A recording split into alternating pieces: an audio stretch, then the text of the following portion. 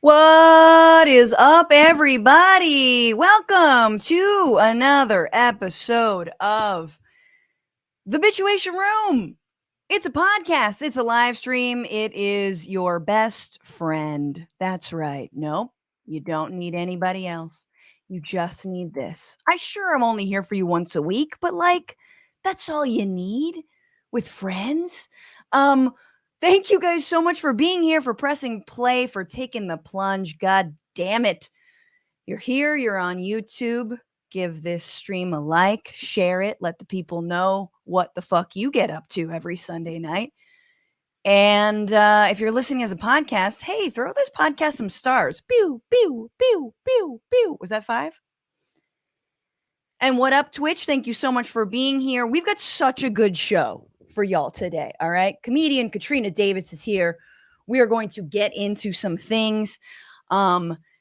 Namely, good news for the first time in a long time. Amazon has a union in this country for the first time, and that is cause for celebration and discussion, and I'm super pumped. So we needed this, right? We all needed this. I mean, obviously the workers needed the most, but also makes me feel good. Makes me feel happy to know that Jeff Bezos is just shrinking in his little Muppet Babies cowboy hat that he uses to go to space in. Also, we're going to talk about a few missing hours of Trump phone calls on January 6th. What the hell is that about? Surely nothing to be alarmed over. And then we're going to invite Professor Gregg Colburn of the University of Washington on to discuss his latest book, which is all about the root causes of homelessness. What is it? I mean, it's sort of in the name, right? Homelessness, right? Unhoused. There's a sort of, I don't know what it, if it's the, there's something in that name that's like a giveaway for why. Anyway, if you know, I mean, maybe the professor can help us sort of understand what's going on. He's done a lot of research. So very excited to have him on. And then finally, don't you think that this podcast is above the slap heard around the world? Because we got off of the show last week and then Will Smith slapped Chris Rock. And I was like, what? Why didn't you think of me? Why? Nothing happened Sunday night. What the fuck? Come on. So we have a little take on it. We've got a sports take on the slapdom. We're calling it March Slapness, and this is who we believe should go to the final rounds of who deserves to be slapped the most. It's not going to be either Will Smith or Chris Rock. You'll be surprised or unsurprised to know. But we're playing these brackets. We're talking about them. We're placing bets. Katrina's going to join me. It's going to be great. And then finally, if you are so generous as to be a patron of the show, you get bonus content. So today we're talking about the crazed anti-choice activist whose home was raided only to discover she was keeping fetuses in a freezer. Cool. They love Jesus. Oh God, WWJD. Keep a fetus in a fridge. I'm pretty sure that's in the Bible. Anyway, so she's gonna join me in talking about that. So if you're not up, and if you're not riding with the Frantifa, what you doing? I mean, honestly, what are you waiting for? Patreon.com/Bitchuation Room is where you go to support this scrappy little labor of love I call a podcast / a makeshift career / income. And it is no small feat for all of you who do subscribe to the Patreon. And so don't ever doubt how wonderful and precious you are to me, mostly. To your family second, and everyone else, your cat and dog third, probably. But anyway, thank you guys so much. As you know, if you're a $10 or more patron, I give you a shout out. Also, I want to start birthdays. So again, please tell me when your birthday is. I have a Google calendar. I know that's weird. It'll just be on my little secret. And I know your birthday. So I want to not only give you a shout out when you join, but give you a little birthday love as well every time. And if you are a patron, an upper echelon patron, The innermost cabal. I'm restarting the AMAs, guys. I know I was slipping with them. So next Friday, um, next Thursday, April 12th, I'm going to be doing the AMA. Is that correct? No, it is April 14th. I'm a goddamn genius. April 14th. Hang on. No, April 12th. This is what I wanted. Sorry. Tuesday, April 12th. Francesca knows what she's talking about. Tuesday, April 12th at noon Pacific. I'm going to do the AMAs. It doesn't matter. You don't have to be there live. You can get access to it. But send me your questions to bitchuation@gmail.com. Or you can send it through the Patreon, or just send questions. What do you guys want to talk about? What do you want to throw down about? Like, let's get into some things. Be there live, don't be there live. And all patrons get access to listening, but only top tier patrons can ask me a question. That's how that shit works.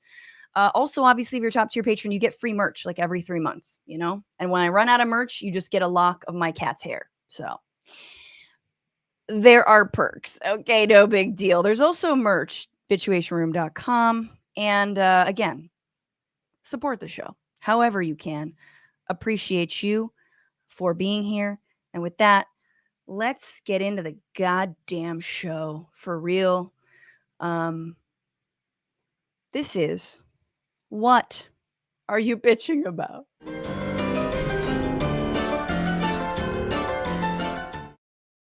Okay, so I'm bitching about something that periodically sort of, it's like a spin the wheel of Francesca's thoughts. You know, it already always comes up. You're like, tick, tick, tick, tick, tick, tick, tick. Nepotism in the media. Once again, here we go. And this week, we found out two things. So not only is White House Press Secretary Jen Psaki going to be on MSNBC and stealing my slot, obviously. She's actually going to be on Peacock, which is, again, fine because nobody watches that shit anyway, so whatevs. But she's going to be moving to MSNBC immediately from the White House. Just a seamless, revolving door, no conflicts of interest whatsoever. I'm sure she will very objectively report on what's going on inside the Biden administration, and I'm sure she'll burn all her contacts once she gets into her new media position. It's so obvious. Why? Why does everyone have to be someone's child, like the daughter of a politician or someone who's been in media? It's like, I don't know, like I live in LA, man. Like shit is nepotistic here. It's fucking nepotistic as fuck in Hollywood, right? If your parents were somebody, you got it made. I think DC and the media might be worse. Like I think it actually might be worse. And we don't learn our lessons, right? So it's like Chris Cuomo and Governor what's his face? Cuomo, big hands Cuomo. You know that guy, touchy? That guy. Nobody thought that would be a problem from jump at CNN. No, of course they did. That's partly why you hire people's brothers and children, et cetera, et cetera. And the list goes on. There's a lot of names out there, right? And yet it keeps on happening. It keeps on happening. So there's Jen Psaki, but then there's also Mick Mulvaney, who is a former Trump administration, whatever the hell he was. He was basically the dude who was like, COVID's not real. Everyone's killing themselves. And like essential workers, I don't know. He's just like the fucking worst. He is the worst guy. And he's on CBS. He's got a new CBS gig. He's going to be a contributor. Just again, failing up. Oh, he was proudly bragged about the quid pro quo between Ukrainian President Zelensky and the Trump administration. Remember before the whole war happened, what Trump was doing, which was trying to extort him for money. You know what I mean? Like military aid. It's kind of like they could have used it then. He bragged about that, called COVID a hoax. This motherfucker's getting hired at CBS. Now, I'm sure Democrats are very mad about that. In fact, Stephen Colbert, I like Stephen Colbert, but he went off. He was like mad about his own company, CBS, hiring Mick Mulvaney. All fine and good. But the fucking so-called left, the liberals, the so-called liberal media, they do the same thing. And this is what this is the problem with it, is we are on just a hamster wheel to hell. It is a status quo death march. And if we keep having the same kinds of inner circle, like silver spoon media figures, we never ask the right questions. We never ask interesting questions. Our framework is so fucking narrow. And we march ourselves right back into the mouths of fascism or real fascism every time. And not only that, not only is it Saki, but it's someone like Mick Mulvaney who's like, oh yeah, I mean, you did whatever. We did let you in, and then fine. Are you going to grease the wheels of neo-fascism? That's amazing. Am I bitter? Hell yeah, I'm bitter. Am I jealous? Fuck yeah. Because it's bullshit. Because it's such bullshit. And like, I hate being the only, I like, mainstream media is all, but it's not all bad. It's not all bad. But stop making us hate you. Stop making us hate mainstream news. We like reporters, we like real reporting, but please give us a reason to tune into your fucking uninformed beltway opinions. I'm sorry. All right. I hope you guys are as mad about it as I am. Oh, NATO Green in the comments? Like, who's that? Who's that? Never heard of him. Won't even return my phone calls. NATO Green is he needs to be on the show soon, but his home is undergoing a remodel. You know what that is. It's just crazy making. No, anyway, guys, let me shut the hell up and let's bring in my comedic guest, my satirist comedic guest. My guest for the hour. I'm so happy to have her. She's a Baltimore-born, Florida-raised stand-up comic living in LA, named one of Time Out LA's comedians to watch. She's also the host of the podcast and live show, The Best Friends Show. Oh, hey, let's talk about best friends. Please welcome Katrina Davis. Hello. Hi. Thank you so much for having me. Thanks to you for being here is what I was going to say. Katrina, we start this show off. This is the first time you're on the show. We started off the same way, which is just getting into our feelings and asking you what you're bitching about. What is crawled up your butt and died, so to speak. I try to, I feel like you always have very valid bitchuations that I've just accepted. Like, me? Yes. Like, you say things that I agree with and would absolutely be mad about if I hadn't totally accepted our species as flawed. And so I'm always like, great killed point. the hope part. I'm just like, you have some great points, and I think that this is our own doing, and I don't know if we will evolve past it or if it will be somebody else. I'm actually literally working on a joke where it's like, I think that there might just be a fish waiting to grow legs that has like a better hold on renewable resources and empathy. I so wish, maybe, man.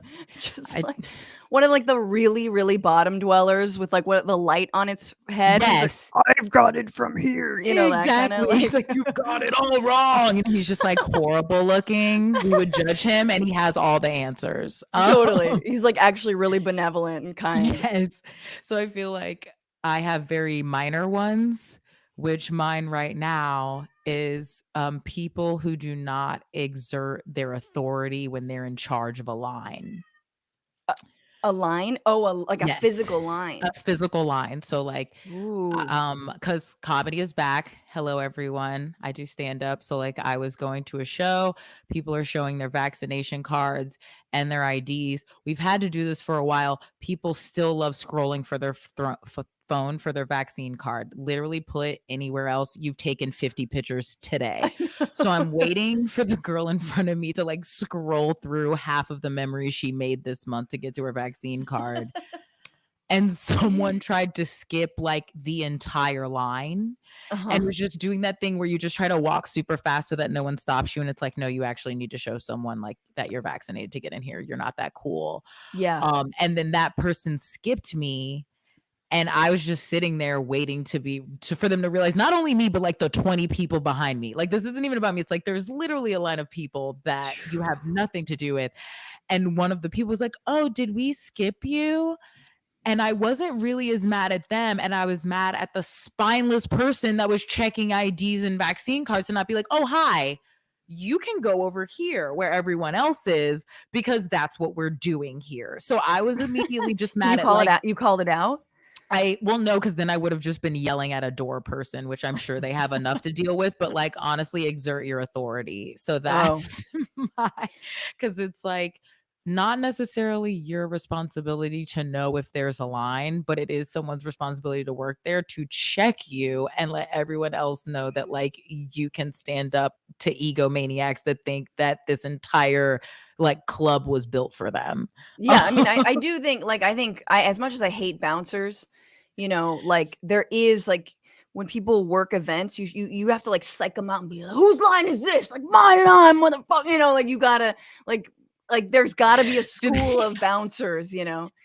they do that. There's like an and one commercial, but it's just bouncers. Right, But right, right, right. what you were saying made me realize that like they I guess are just picking newscasters the same way that they pick sportscasters, where they just pick like if you're too tired to do it anymore, then they're like, well, you know the ins and outs of it. You should just talk about it. And it's like, that's way more opinion based than what you're trying to do. I feel like they're just trying to roll over the formula and be like, we'll have a Charles Barkley of CBS. It'll be fine. And it's like, Right. that's Or that not there's what this something that is happens in like the birth canal, or like all of the information you've gleaned as a reporter or a host just like passes to your child. Like that's not how it works. at all. I wish it worked like If that. anything, most of the children, if you're great at something, will either be great at something else or not at all be into what you know what I mean? Like, I Mm, don't know. I And don't know. Don't get me started on the Gilded Age because I do because it's not think Meryl Streep's daughter is good. I'm sorry. She's boring. She's a bad actor. I was just thinking it isn't like blacksmithing where like as a child someone is like, "Wait, let me show you the ways of like, you know, This is for un survival. let me show you It's the not. ways of being unbiased in your opinions." Like, I don't think that's how people are like, one day all of this land will be yours to cover. Like, just showing like there's a Mufasa of journalism, just like passing everything down, but like teaching them along the way. I don't think that's what's happening. I feel like that is how Rupert Murdoch like talks to his kids, except one day it'll never be theirs, and he's like, suckers. But that is he does talk to them like more like he's more of the Scar. Anyway, we got to get into the week. So much happened this week. A few little things I noted. This was the week where Sarah Palin announced that she is running for Congress in Alaska to fill the seat of a deceased Don Young. And that's crazy because, like, I thought the GOP didn't believe in climate change. Why are they recycling? Sorry. Russian troops have been accused of war crimes like mass executions and cluster bombs, but Putin wouldn't know since apparently right now he's in a self-imposed isolation bubble where he only receives good news. He is inside the equivalent of like an authoritarian Pinterest board where it's like all just like puppies and flowers and pillows that say things like "It's winning the war o'clock," and I was supposed to say, did he put on war earmuffs? What's happening right now? that is exactly right. And finally, Representative Madison Cawthorn is in trouble with fellow Republicans for claiming that his colleagues, 60 and 70-year-old congresspeople, engage in orgies. And I, for one, never thought I agreed with the GOP more than now. Because, like, yes, Madison Cawthorn, shut the fuck up, please. No, nobody wants to hear about Lindsey Graham doing an 8-ball off of someone's long balls. For everything else, this is the week where.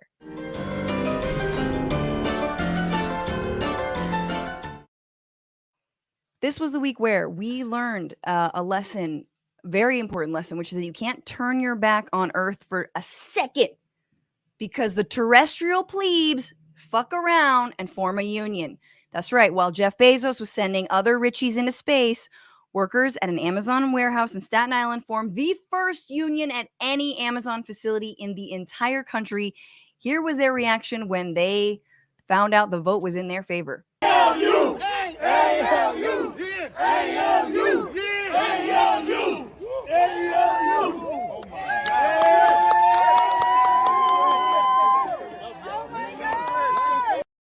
That's right. That's the Amazon Labor Union.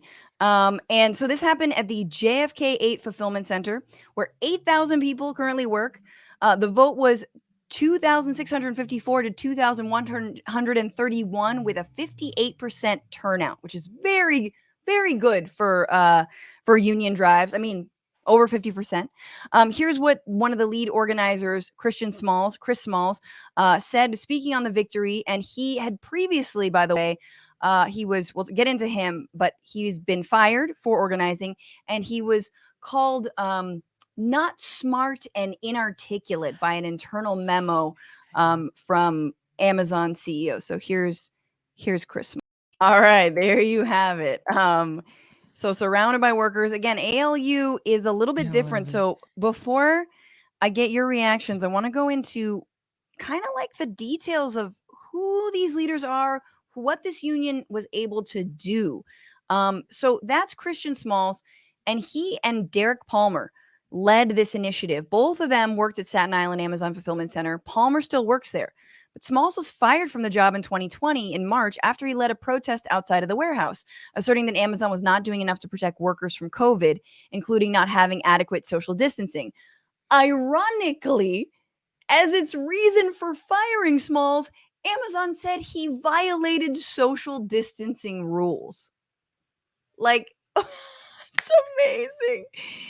You lead a protest against like for safer conditions, and they fire you for like not keeping 6 feet. It's just that's such brilliant like corporate Machiavellian moves.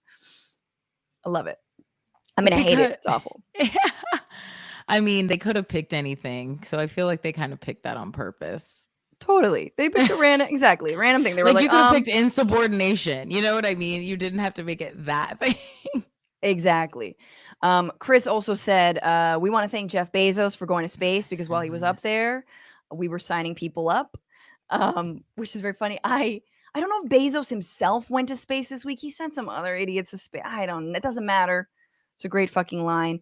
But I do want to talk about, because this is a different approach than what we saw in Bessemer, Alabama, where the vote count, they just had another vote count and another vote, and it is too close to call. There's some ballots in question, so TBD on that. But this was very different because it was an independent effort. So Smalls boasted that his effort would succeed, even though a union drive at Amazon warehouse in Bessemer failed last year, because the Staten Island effort was led by current and former Amazon workers and included few outside organizers. Many employees, including Palmer, vigorously talked up unionizing inside break rooms, and during lunch, they also distributed literature in the workplace and wore pro-union t-shirts. Palmer and others showed a fearlessness that encouraged their coworkers to speak up and show their pro-union colors publicly.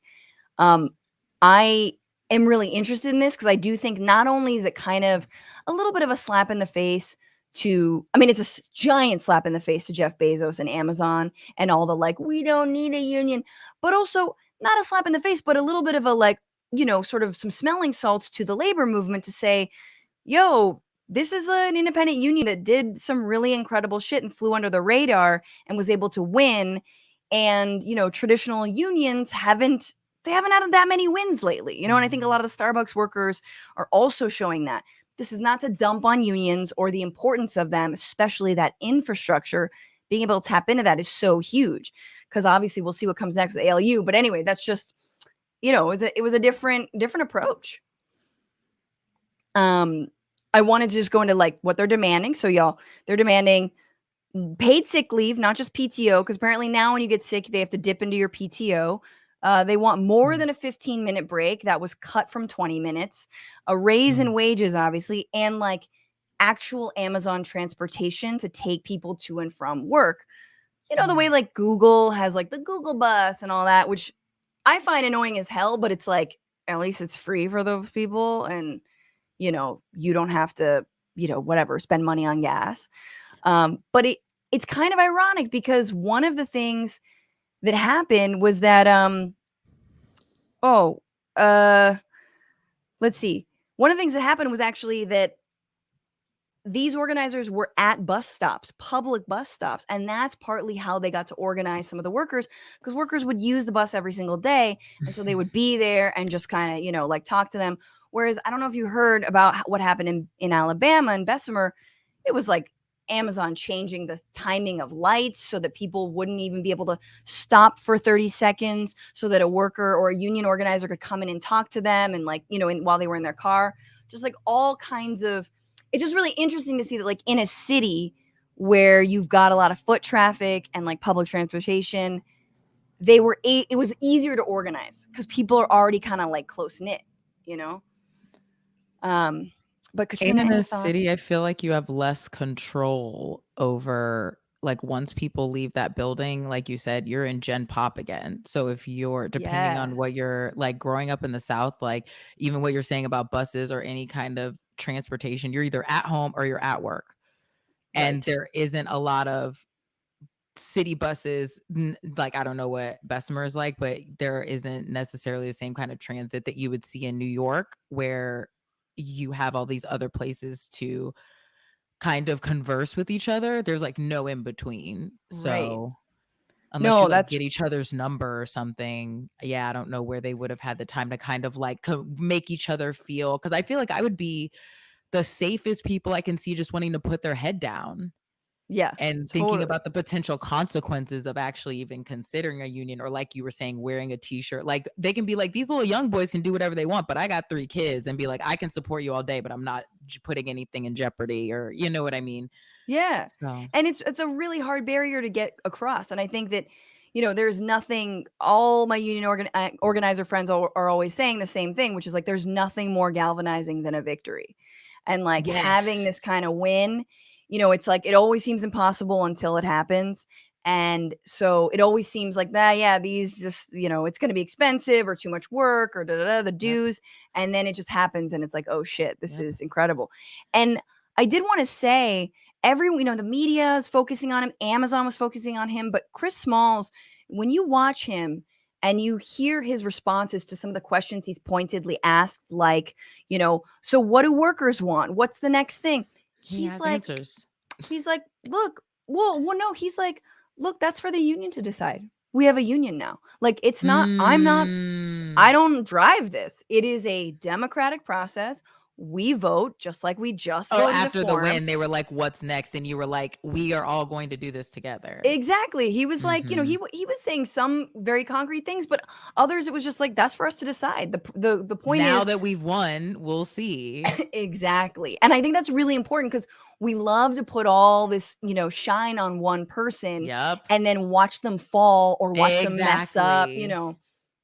For him to right? immediately be like, "This isn't about me. This is a collective thing for everyone." Exactly. Well, everything he was saying about the community and being like, "These are the people in their building. You know people that work here." Like, even the things that I was reading about the reason that non-employees care, it's because their sister can't take a bathroom break, or their sister-in-law, or people in their family that like at some point you want them to be able to have a job you think they are treated fairly at. And so Yes.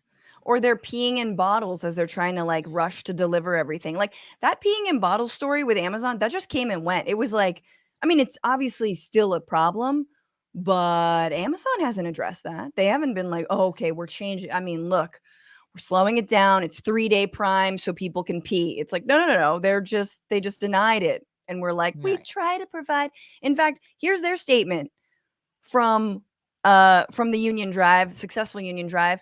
They said, Disappointed "We're so disappointed. We're not mad, with we're the just outcome. disappointed." They're like a stern parent. "We're disappointed with the outcome of the election in Staten Island because we believe having a direct relationship with the company is best for our employees." Where we directly bark orders at them and tell them, As individuals, so they feel completely intimidated. yes. "We're evaluating our options," this is rich, "including filing objections based on the inappropriate and undue influence by the NLRB," so the National Labor Relations Board, which is like, in what world has the NLRB ever been like a crazy politicized entity? Well, and Um, like you said, the idea that this parental, like, you're being influenced, like, these are adults that got a job at your warehouse, and now you're acting like they don't have the competency to not be immediately swayed. yeah, Like, I think they're aware of whether or not they like their working conditions or not.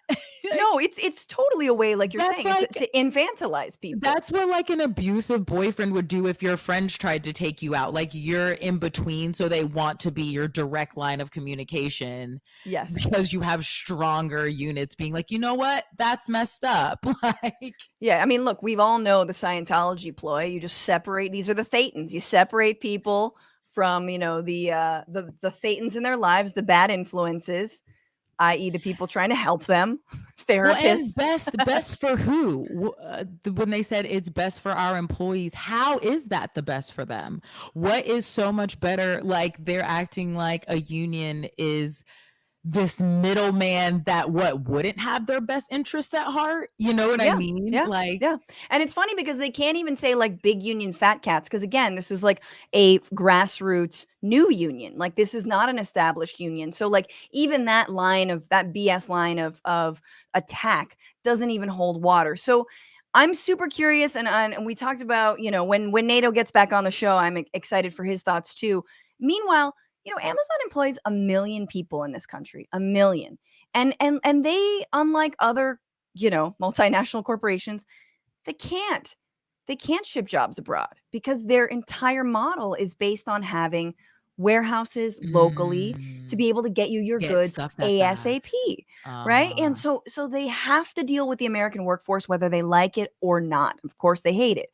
And I'm sure they're like, oh, as soon as we can get these guys into robots, they're just like, they're taking their money and instead of like giving people a raise, they're just investing in AI. Like I'm sure of it. But all to say, this is going to have ripple effects. I'm excited to see what happens, not just in Bessemer, but throughout, Amazon warehouses. Again, 1 million people employed, whether it's a driver, warehouse worker, whether it's even someone who works in corporate, right? They've been quashing efforts in corporate as well to do minor things like reduce the amount of packaging that Amazon sends out. So no, the clock is ticking on you, Sir Bezos, even though I know in the time we talked about this story, you got probably $1 billion richer. Let's go to our next story. So this was the week where we found out that like the piece of scalp he had removed to squanch the bald off his head, Donald Trump has a lot of communications from January 6th that are missing. That is according to the January 6th Congressional Committee investigating the events of that day. So they've now discovered, they knew maybe there was some withholding, but now we know exactly how much withholding there's been. This is from the Washington Post. Internal White House records from the day of the attack on the U.S. Capitol that were turned over to the House Select Committee show a gap in President Donald Trump's phone logs of 7 hours and 37 minutes. The whole freaking day. It's a pretty long chunk of time, including the period when the building was being violently assaulted, according to documents obtained by Washington Post and CBS News. Hang on. Wow. Let's see. So just so you guys, let's see. Okay. So there was a lack of any official White House notation of any calls placed to or by Trump for 457 minutes on January 6th from 11:17 a.m. to 6:54 p.m. Means the committee has no record of his phone conversations as his supporters descended onto the Capitol, battled overwhelmed police, and forcibly entered the building, prompting lawmakers and Vice President Mike Pence to flee for safety. Now, remember how Trump was trying to sue to not even turn over any of these documents, and he lost that, but Clarence Thomas obviously voted that, he should keep the documents. Then we found out that his wife was basically helped plan to stop the Steele rally. The point is, there is something called the Presidential Records Act that requires the preservation of memos, letters, notes, emails, faxes, and other written communications related to a president's official duties. National Archives website states the presidential diary should be a chronological record of the president's movements, phone calls, trips, and meetings. So, we might think this country is going to hell in a handbasket, but God damn it, we are going to document every single moment of it. Oh, yeah. Nothing will be lost. Well, that's how you'll know in like 10 to 15 years when none of those people could actually be prosecuted or punished. That's when they'll tell us anyway. So right. I'm Everyone's got to release their book. Yes.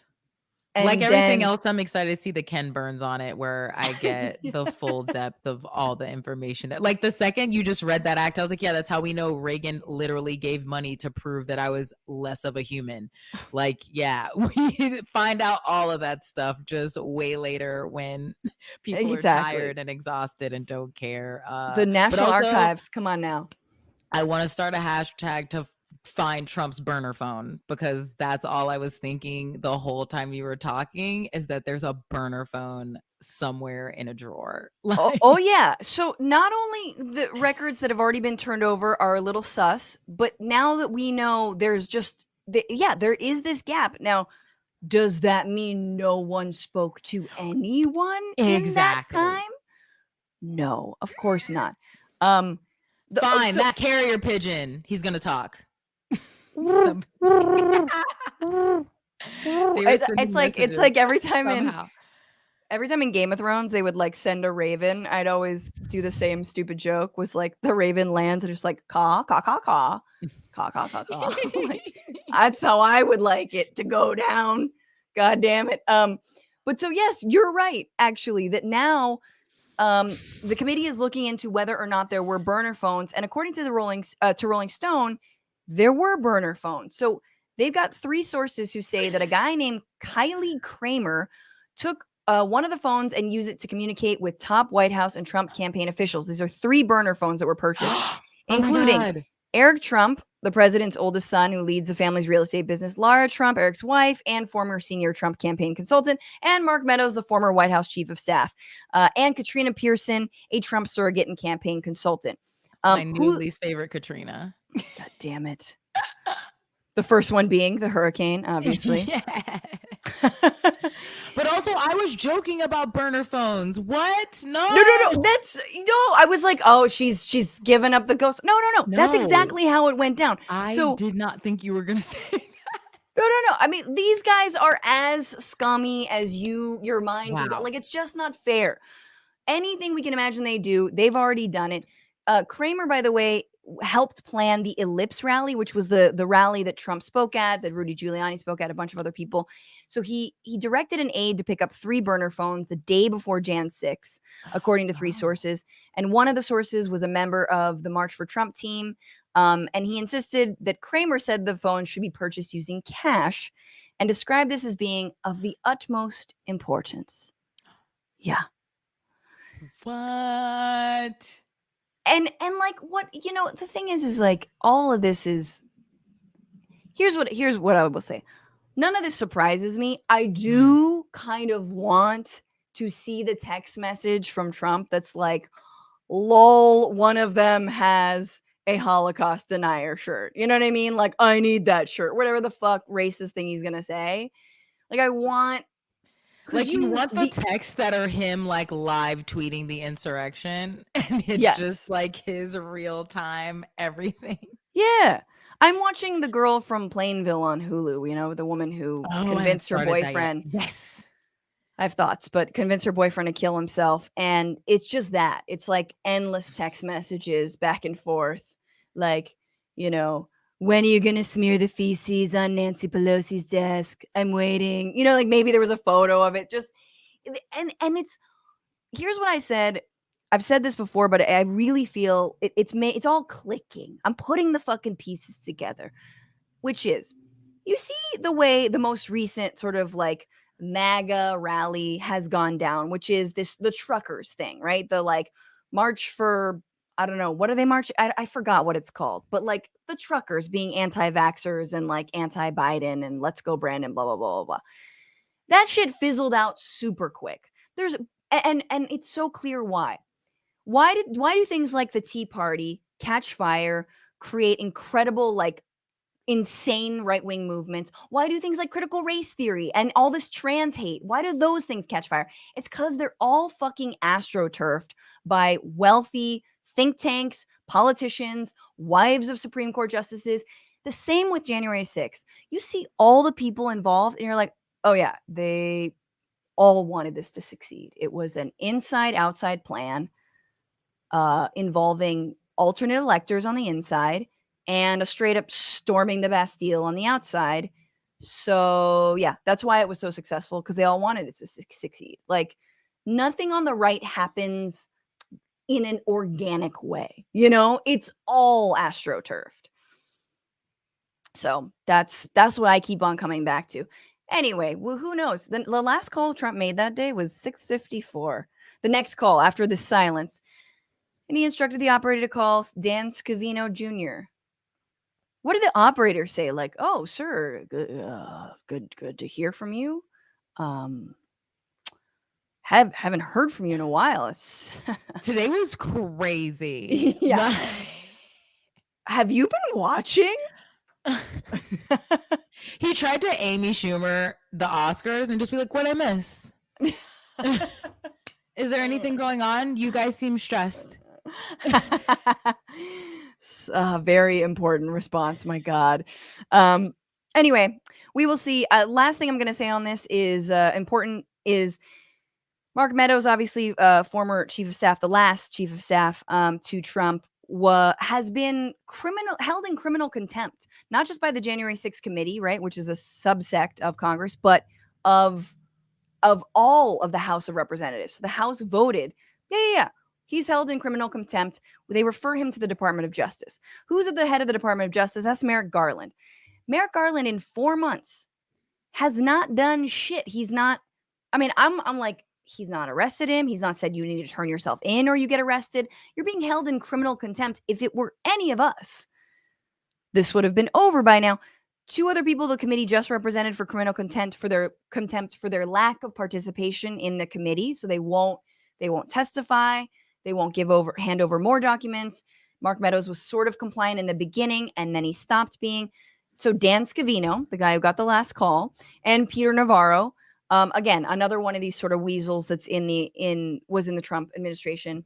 And here's Garland being asked about it this week by a reporter saying, what the hell? Why aren't we doing more when it comes to January 6th accountability? And this is what he had to say. And my off-topic question is, it's been coming up on 4 months now since Congress referred Mark Meadows to you guys for contempt of Congress, asking you to prosecute him. What's taking so long? Well, again, on your off-topic conversation, we don't comment on ongoing referrals. This was a referral, and so we're not able to comment on that. On the on-topic. Great. Awesome. So we're nothing. Nothing's happened, and we don't know. And so, but we'll see. I think the clock is ticking, right? This has to be done before the midterms, because then the House may flip and become Republican, and then all this criminal contempt shit goes away. Like there's no more. Anywho, I don't know. I mean, considering how we saw how quickly some protesters can be snatched up, I wash my hands of any real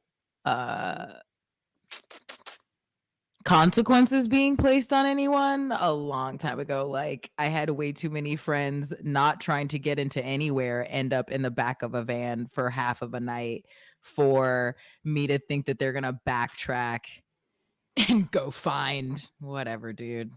Yep. Yeah. And I mean, and even the people who stormed the Capitol, I'm like, yeah. It's, I know that, hundreds have been arrested and charged, and that's a small drop in the bucket to the thousands that were there.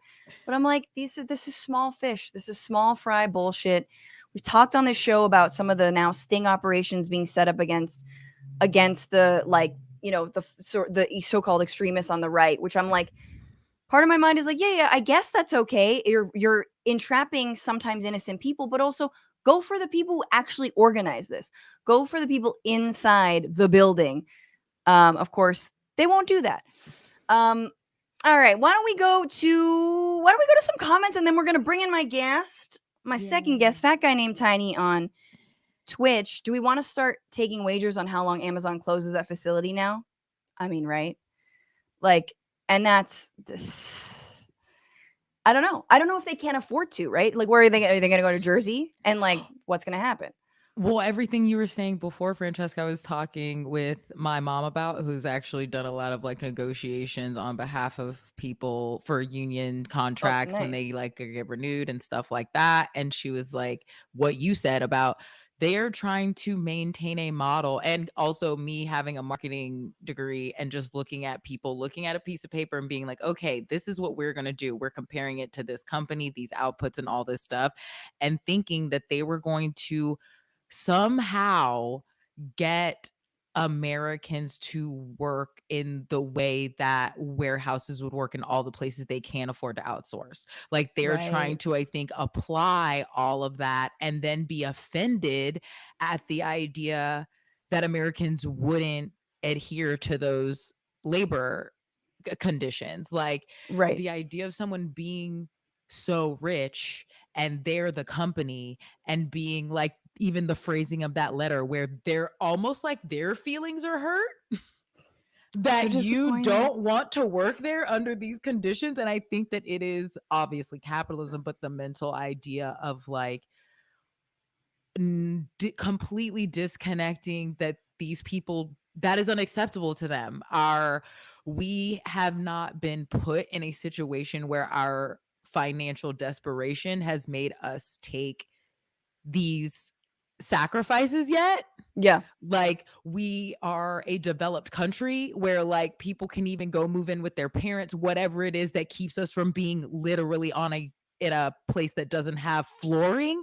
Like until we get, that's where they want us to be, where Sure. we could So, accept the conditions that they get to run other people under.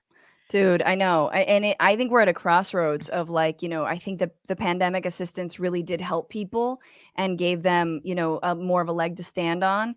And now that a lot of that's running out, I think you're right that Amazon and other corporations are banking on the fact that shit's going to get so desperate and so bad. We Yes. talked about Applebee's last week, the CEO getting one of the executives getting very excited about gas prices because it was going to hurt workers even more. They were going to be even Mm. more desperate. So yeah, your mom's right on the money. Like they're just waiting for shit to get bad. Everything is a game. Like I always think about this. I know this is a really old example, but like they priced how much it would cost to fix the Pinto over people dying and what those lawsuits could potentially cost them, and made the choice to not fix the car. So if you think that they haven't already calculated how desperate or poor we have to get to say yes or no to something, like absolutely they are just figuring out if they have to, even what people have been saying about how much money Amazon spent fighting this and how Yeah. much less it would have been. It's Yes. because of the precedent it would set for past that. It would technically be less, but they would rather spend 10 times that amount making sure that this never comes up again. Absolutely. A couple more comments. Justin Crawford says that they work in a book distribution center and Amazon is our biggest client. They're so disorganized. Fun. On Trump, Soccer Pizza says he was just ordering a lot of pizzas. Nothing to see here. I love that Soccer Pizza wants to make everything about pizza. Wow. Got a Um, brand. yeah, exactly. What if he was kicking around soccer balls? Metal Turtle 571 says probably that Trump's burner phones are in a McWrapper behind a clogged toilet somewhere. Um, and Hef, thank you for the super chat. Garland on Garland, Jeff Curry says Garland looks like he could be related to Manchin. Just saying, that's true. They've got the same sort Oh of my weird middle gosh. part. The God damn it. nepotism. It goes all the way to the top. Yes. Ah, they're the same. They're brothers. You start seeing it everywhere. I don't Yes, know.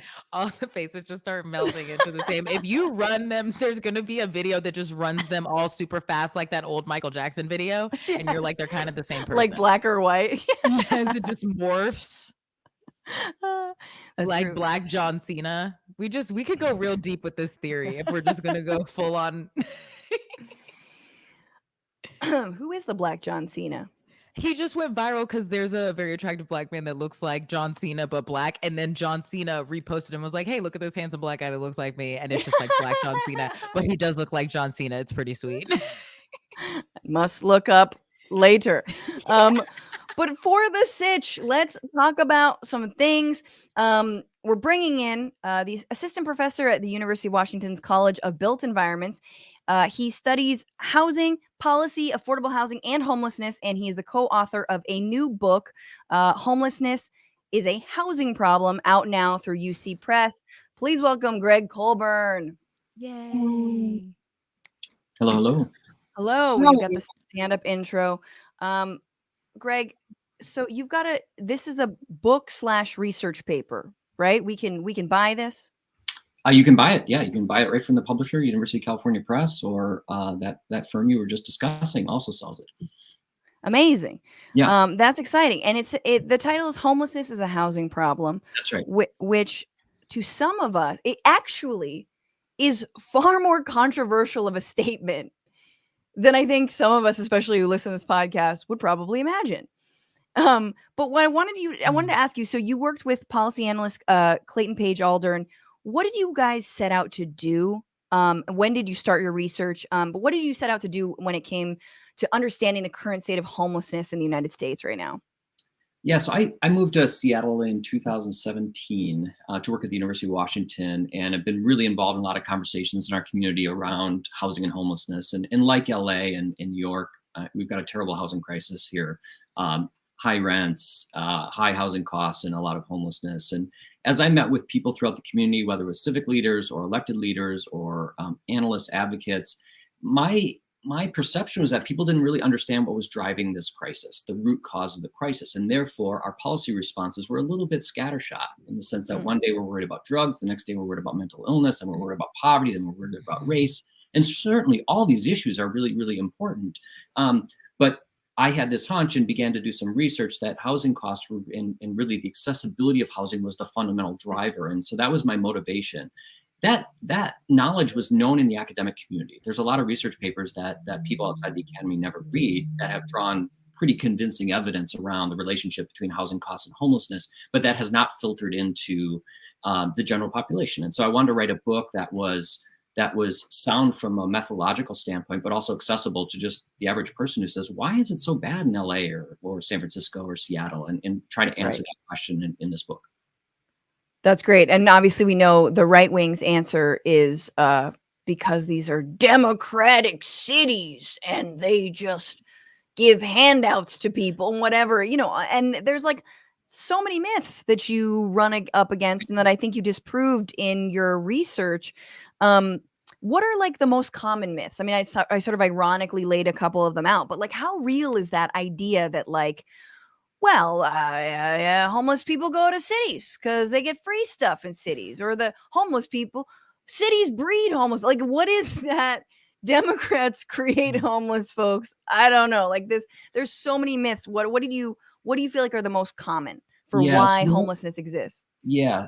So the ones we address in the book are, we group them into a couple categories. They're what we would call individual categories. And those would be poverty, mental illness, drugs, bad luck. And then we talk about some community level factors, which is weather. People always tell me the weather causes homelessness. And we demonstrate in the book that in fact isn't the case.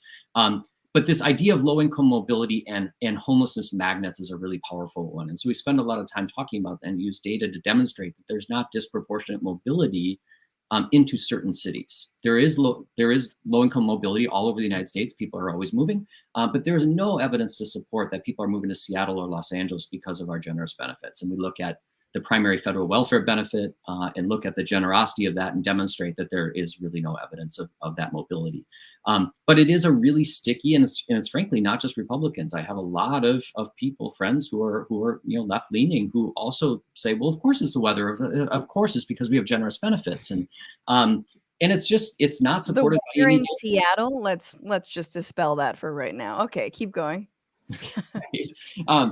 And so now what I think is really important though is because people say, well, you're telling me that poverty doesn't cause homelessness, and I want to say like, no, that's not the case. It's very clear that poverty is an individual cause of homelessness. Right?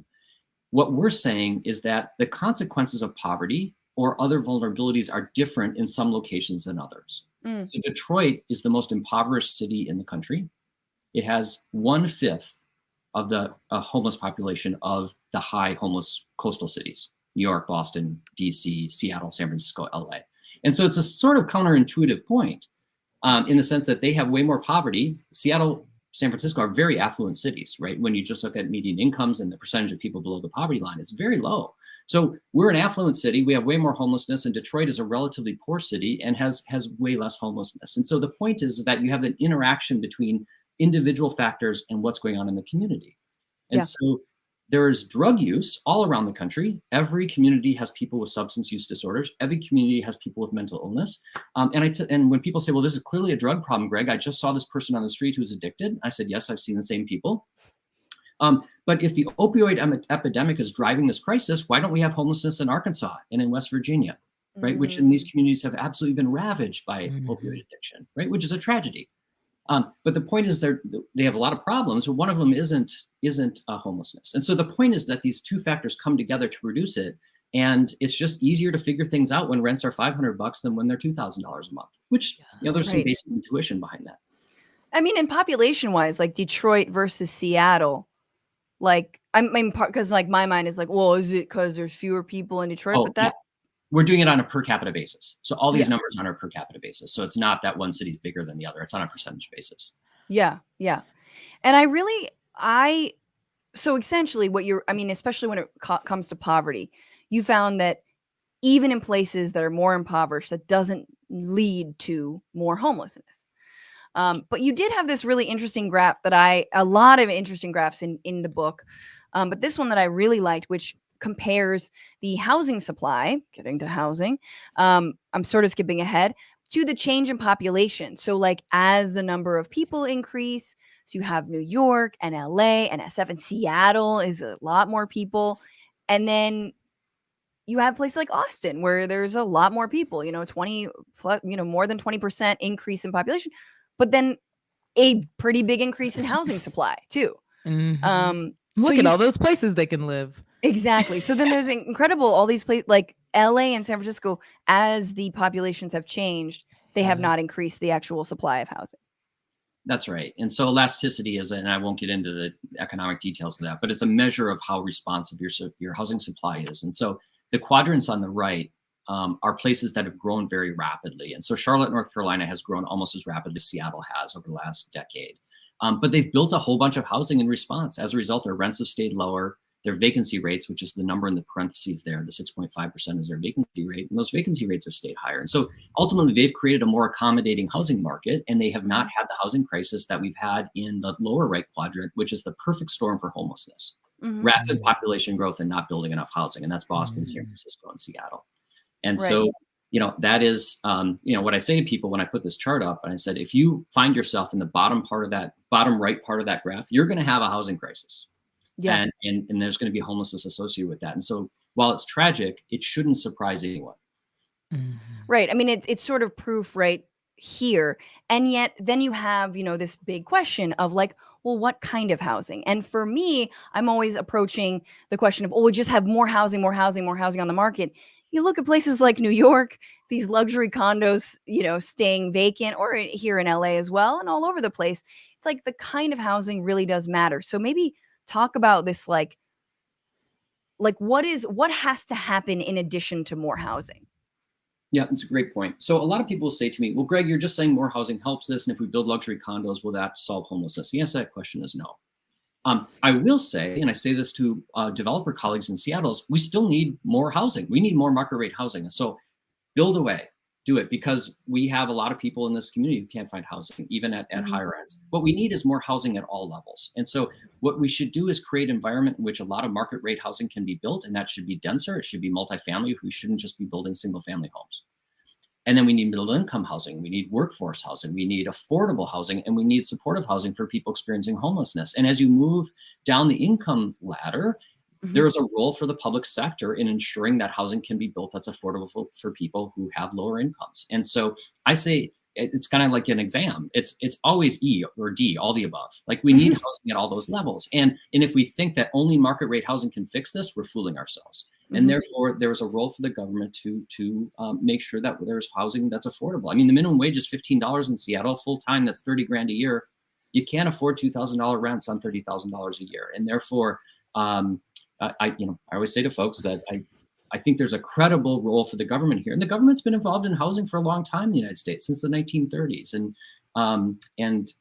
ultimately that needs to happen because the math doesn't work for the private market to build housing that's affordable for folks who are earning those kinds of incomes and below.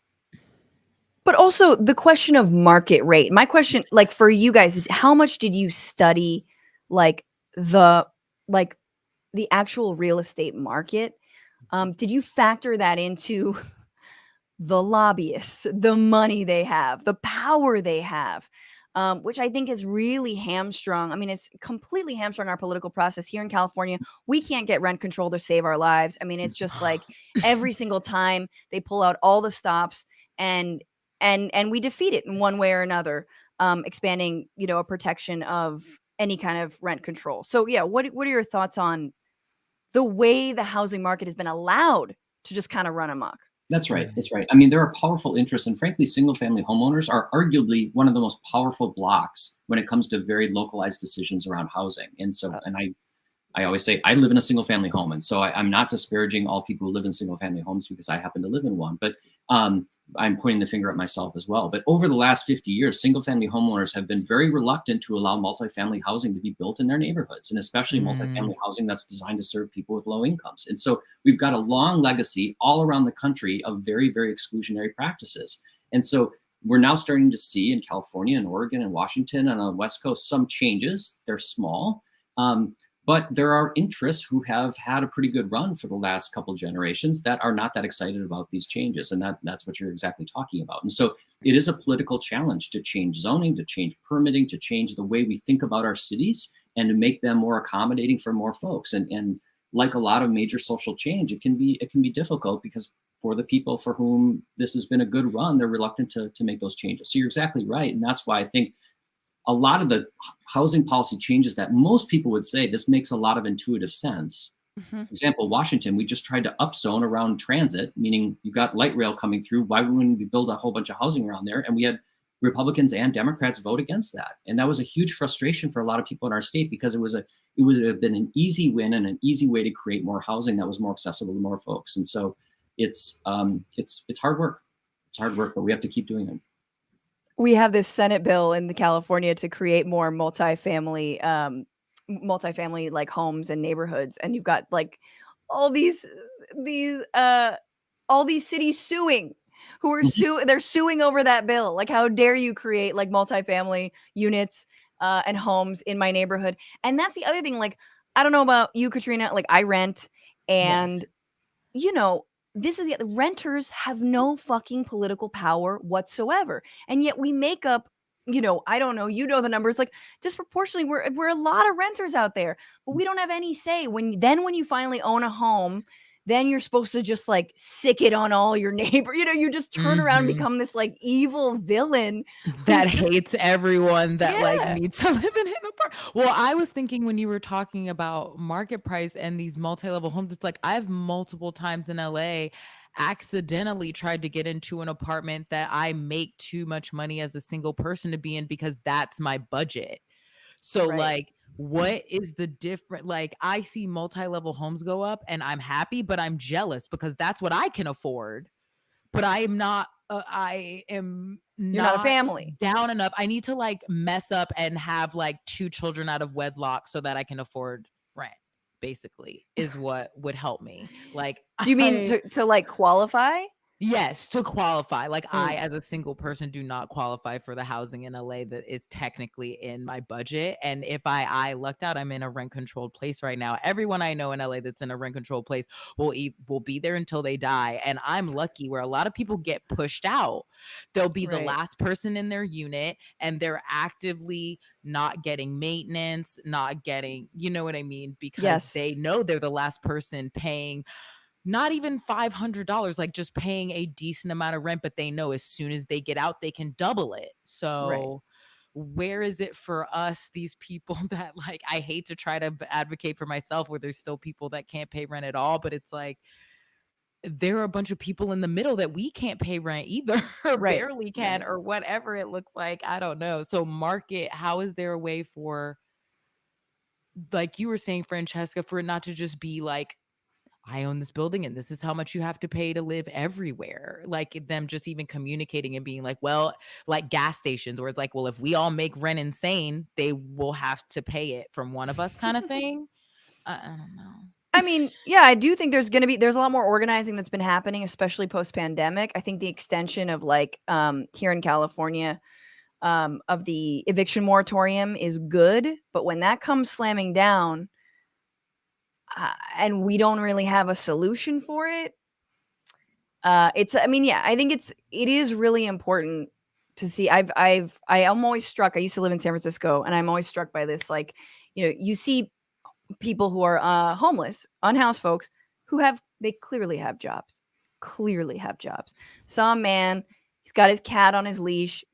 Cat is waiting outside of his tent, and he's like cleaning his tent as the cat is just waiting for him. And you just like that kind of shit where you're like, yes, there's mental illness. Yes, there's drug addiction within unhoused communities. But like, there's also people who have 9-to-5s who can't afford to live wherever the hell else they have to be because they're like dishwashers and they got to get up and be there at 5 a.m. And like, just watching this man like calmly clean out his tent, I was like, that would be me. Like, that's my life. yeah. Being like, I need to make sure my tent is clean. Ramona, you stay there on your leash. Yes.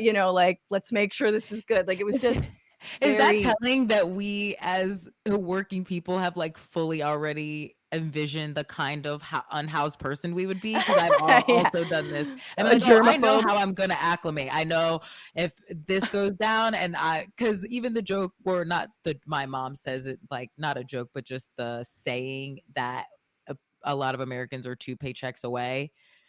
From that anyway, and just being like, dude, I know exactly what I would have to do if it went down. I'm selling the last of the stuff. I'm going back into my car. Like, I know what's up. Like, we all have the plan. Yeah. I wanted to ask you, Gregg, a little bit more. Maybe you already said this, but just kind of like when it comes to mental illness, I think that and drug addiction, like the sprawl across the United States, did you find more concentrations in places that have higher homeless populations, or that didn't bear out? No, it doesn't bear out. There's actually almost no relationship between rates of mental illness and substance use disorders and homelessness. And I actually sketched them down. So California, Louisiana, Alaska, and Michigan have the same rates of substance use disorders as California. Radically different rates of homelessness. The highest, I just sketched these down, the highest states, or the states with the highest rates of substance use disorders are Colorado, Rhode Island, Wisconsin, and North Dakota.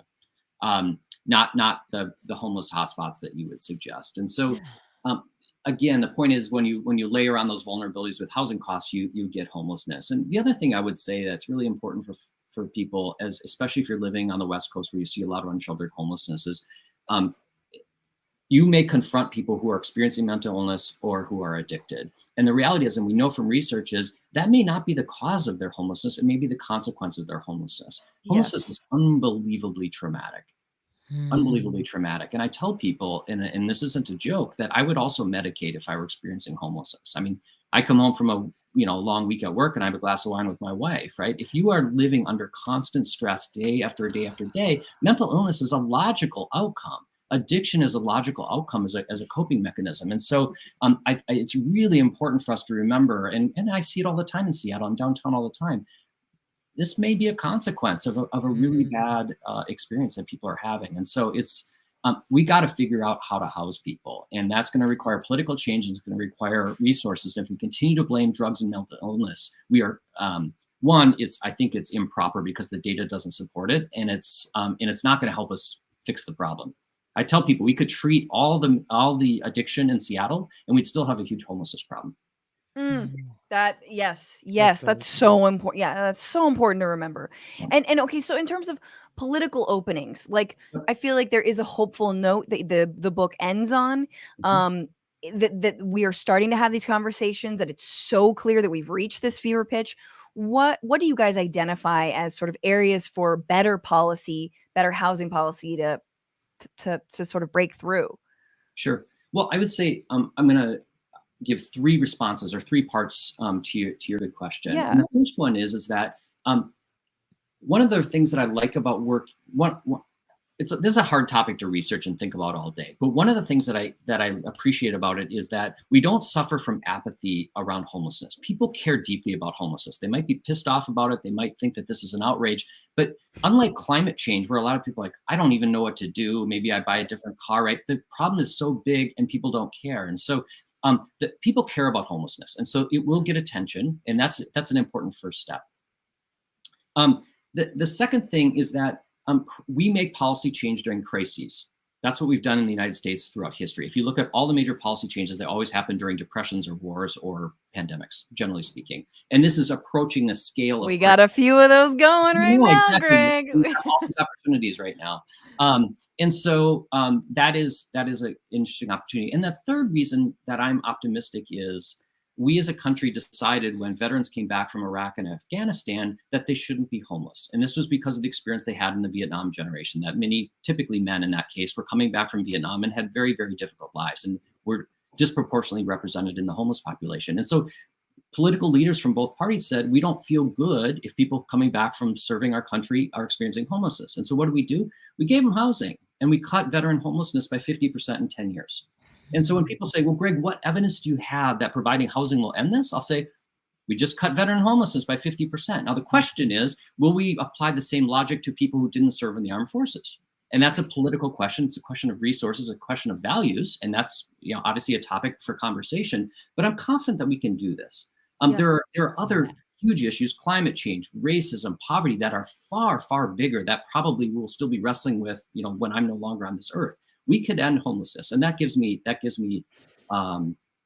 rays of sunshine in an otherwise pretty dismal thing. And I think the openings are there in terms of zoning and resources for housing and the issues that we discussed before. And it's starting to get attention. I think we will get there because these cities will be forced to do something, and that will. It's too bad it took this long, but I think something will happen. Absolutely. And I also think that this is colliding with the Black Lives Matter and the discussions around the prison industrial complex. Absolutely. And the movements there, which is, as much as I believe that they've been ignored on the federal level, I do think the dovetailing of like, oh, you can't just lock up your problems, Correct. like you can't just rely on police.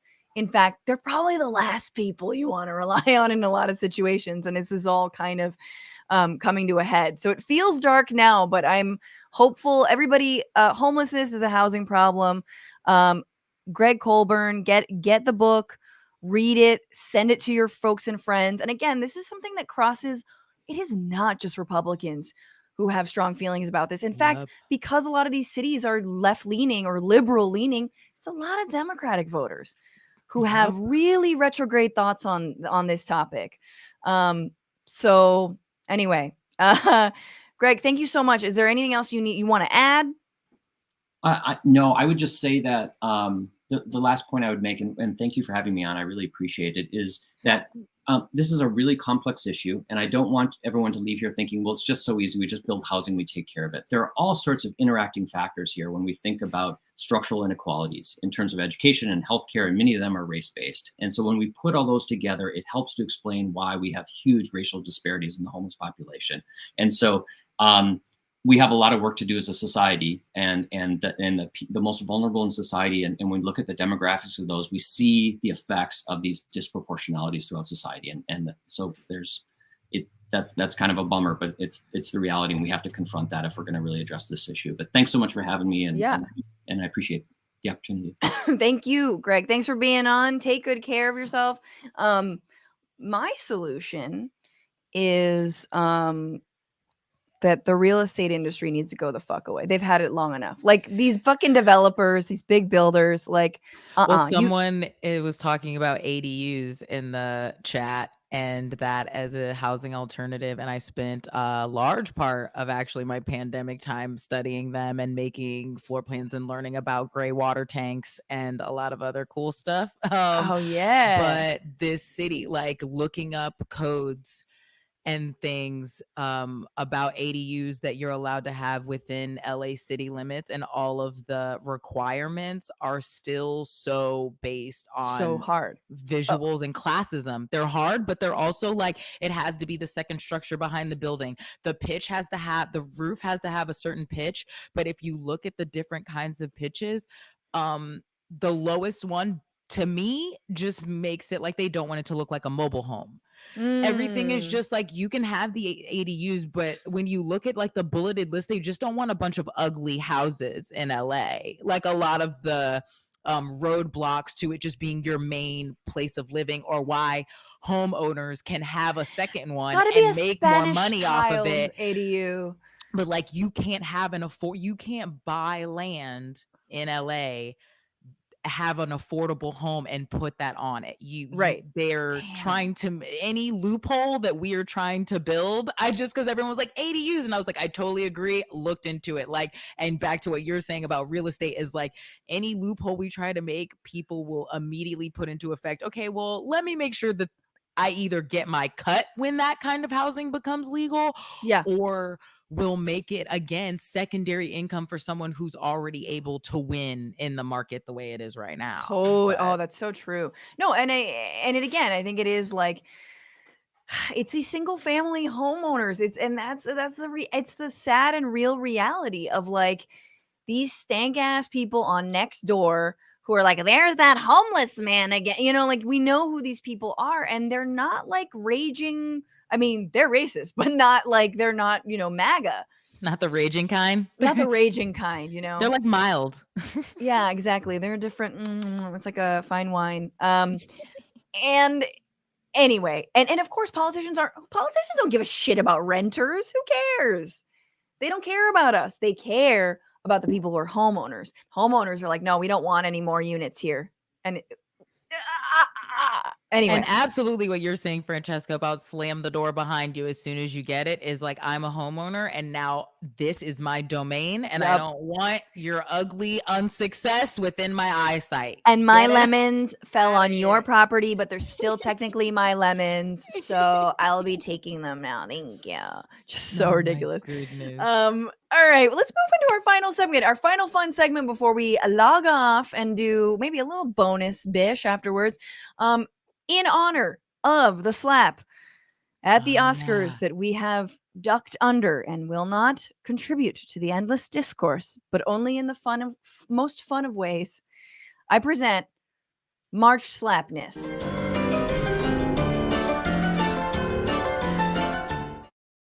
March Slapness, you guys. This is the slap breakdown. Who deserves to be slapped?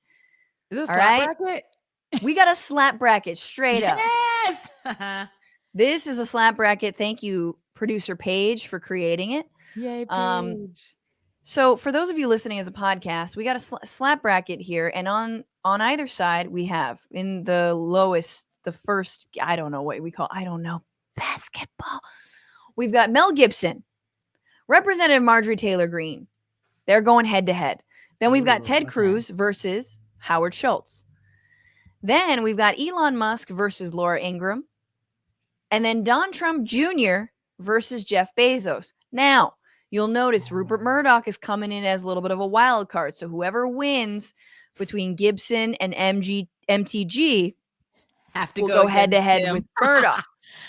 Built-in head to head. Katrina, start with whichever you want. Who do you think deserves, and we can agree on this. Who deserves to be slapped? I feel like I'm gonna go for the easiest one first.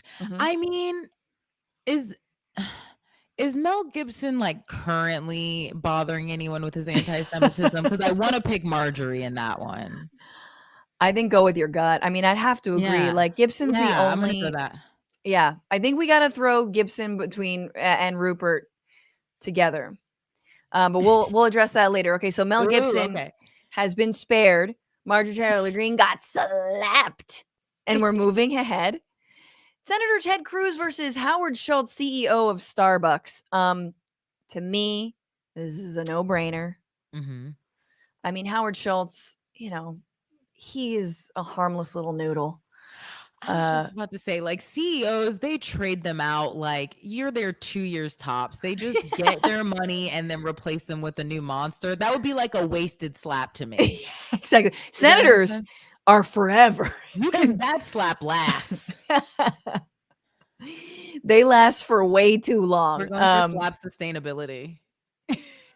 I wonder if we can. Oh, I can't.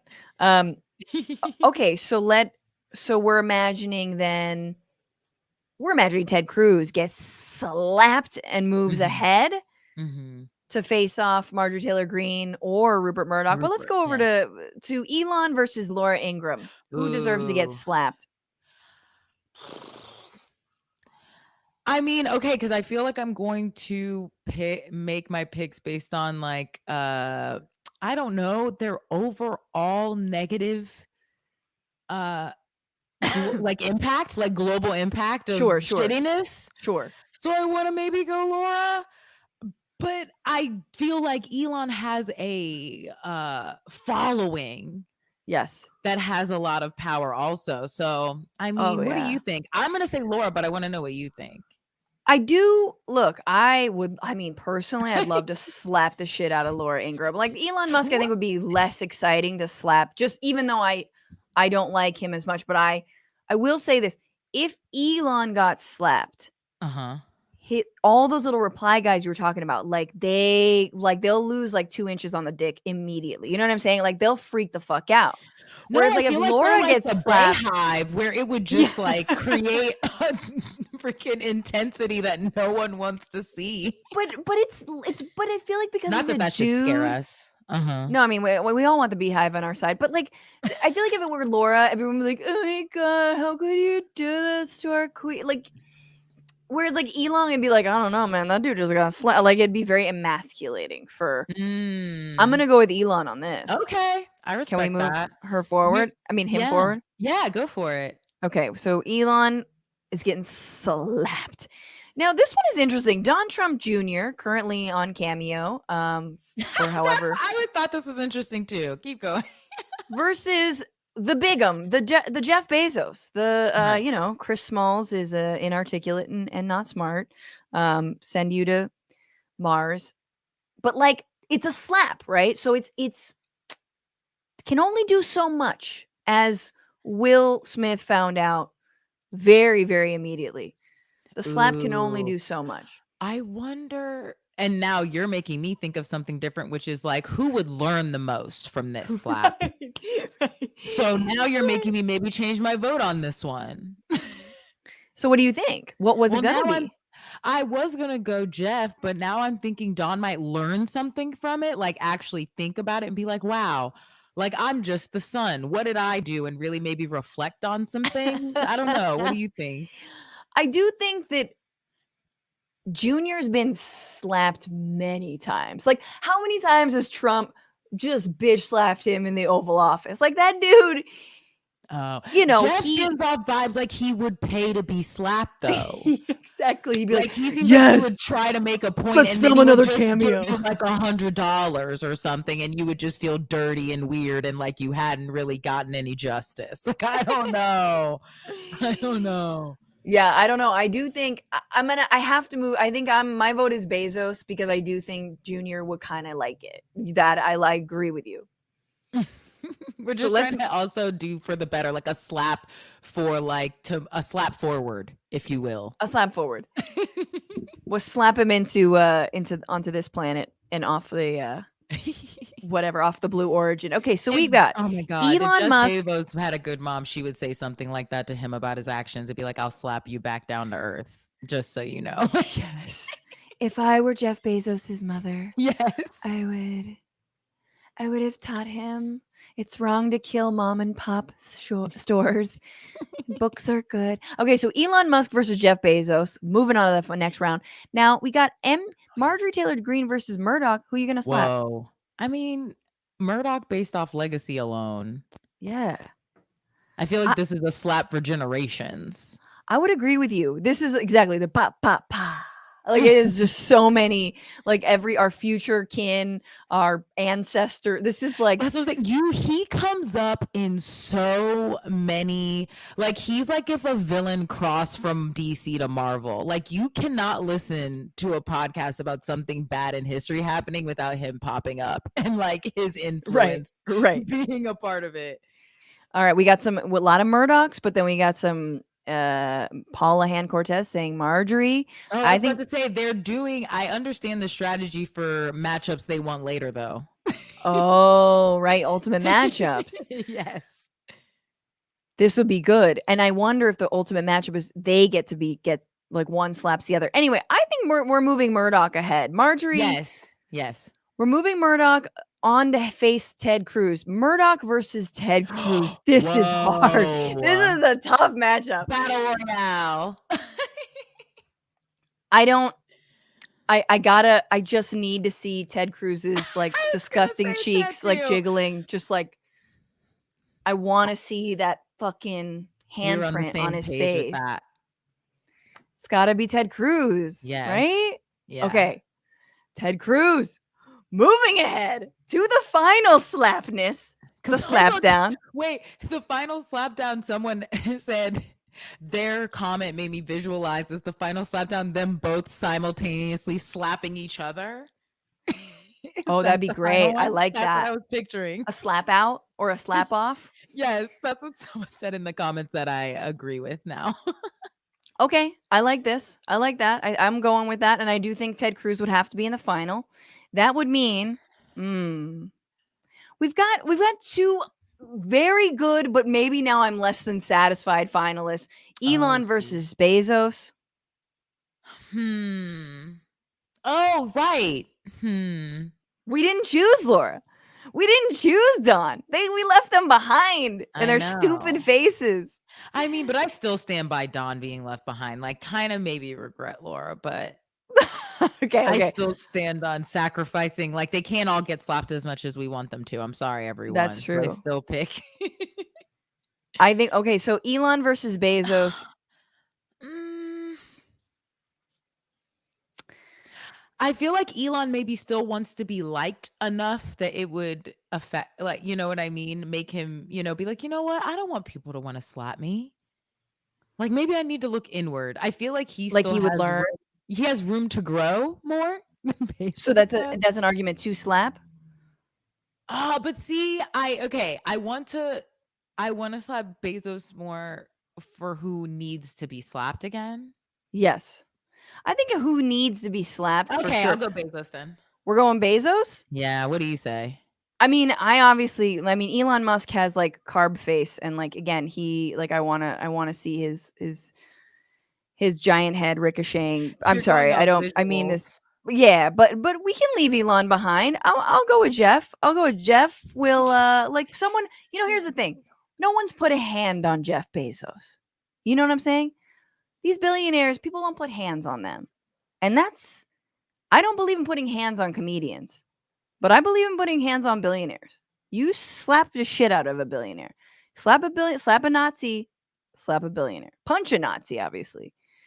So I'm going to say, yeah, we go ahead with Bezos. Yeah, and didn't Elon like invent some stuff that helped some people recently? Like, isn't he trying to be a little bit? No, that's so funny. Francesca's face. Look more disgusted. I hate Elon Musk. I hate Elon Musk so hard. But he donated satellites to Ukraine. That was the thing I was thinking of, and Francesca could not be less impressed. Also, the chat definitely agrees with you about slappable face, though, which is a factor. It's such a exactly. It's like Bezos's face is like it's not slappable. Right? I get it. No, I totally understand what you're saying. All right, I love that you have like actual program. Now there's like cheeks. What does chat say? What does chat say? 1 or 2, Elon or Bezos? Bezos 2, Elon 1. We'll put this to a vote. Elon 1, Bezos 2. Nobody let me down now. See, one person was like, "See, I don't understand why people don't like Elon." Okay, we've got 3 votes for Elon, 2 votes. All right. Bozo. Okay, 1 and 2. Man, this is even. Ooh, a lot of Bezos coming in. Lizzie Nepon says Bezos. Pilly Lamb says Bezos. Bike Shop Guru Bezos. 5-Eye Bezos. Conrad Taylor voting 3 times. Conrad, that's not allowed. I think we're moving Bezos ahead. I think this is very. Oh, Pinga Pinto Grande says Bezos. This is all on Twitch, so that's even meaner because that's the Bezos platform. All right, let's move this ass I face love forward. this. I'm seeing some multiple voting and some not. Dino Boyer, Bezos, Paula, Jeffy. Okay, we're going with Ballots are being Bezos. stuffed. Bezos versus Ted Cruz. And a dual slap attack. Both of them getting just Will Smith slapping here. And yeah, I think that works. I don't know who wins. We will tune in to find out. Oh my God. Oh my God. Silly. That Paige has just created a beautiful graphic. If you're listening to the podcast, you've got to go back and watch. That looks like, God, Bezos's face is so fucking dumb. I'm One sorry. of the most realistic photoshops I've seen in a while. I love this so much, Paige. That's amazing. Yeah. All right. So we love it. Ted Cruz versus Jeff Bezos. Thank you for participating and playing in March Slapness. Until next time, Katrina Davis, where can people find you and your work? You can find me at Katrina Savad, which is SIVAD. It's just Davis backwards on everything. It says Twitter, but that's my website, my Instagram. Everything is the same thing. My Venmo, Amazing. if you liked me, whatever. Hell yeah. And Venmo? Okay. Thank you so much. And we'll see you real quick in our bonus episode. We're talking about the lady who hoarded the fetuses. Holy shit. Could not be more excited. This is the kind of, here's the thing, you guys. Francesca is one of the smartest people I know. I really wish I was smarter. I'm not. We're about to get into some shit that I'm excited about. Let's talk about some creepiness. But I know about storing fetuses is what I thought you were going to say. Like, I just know about creepy people. Like, I am going to have references. I can't wait. Hell yeah. All right, Katrina, be very well. Take care. And everybody, thank you guys for sticking around. Thanks for supporting this show. Thank you for watching live. A couple comments. Anwar Petty, thanks for the super chat. Snarf. Like it. Adam DeBomb on Twitch. I was homeless on and off for a decade. This can destroy the mind. Support is just check boxes, not actual care. Yeah. Yes, it is. And this is the thing. It is so individual, and it is so important to not forget. These are people. These are folks with names, families, lives, and it's not just a one. It's not. There's never going to be a silver bullet. It is all the things, as Gregg said. D, all of the above. So thank you so much for sharing that, Adam. This is Revolution. What's up? How you doing? Thanks for the super chat. I live in Mexico to avoid homelessness. Nice. That is a good strategy, actually. Gary Cooper, I think squatting is likely to make a big comeback soon. I think you might be right. And this revolution, thank you so much. Homeless comes with a negative stigma, quote, domestic refugee changes the way we view homelessness. I like that. I like that even more than unhoused, the domestic refugee. Mwah, brilliant. And for everybody who supports this show, you know what we got to do. You know what time it is. It is time for the fart song. Yeah. Thank you to all the new patrons at $10 or more. Kelly B, Patricia K, and Bree S. Bree, what's up? How you doing, girl? Thanks so much. The big tippers, Joseph L, you're so sweet. The Twitch subs, Daisy Dragon, Royce Roller, Braided Dragon, Lizzie Nepon, Late Bloomer 66, Matt Gates on a white Ford Bronco, what up, dude? Cat 67 Cat, and the super chats again, Hef, Anwar Petty, and This is Revolution podcast. Thank you guys so much.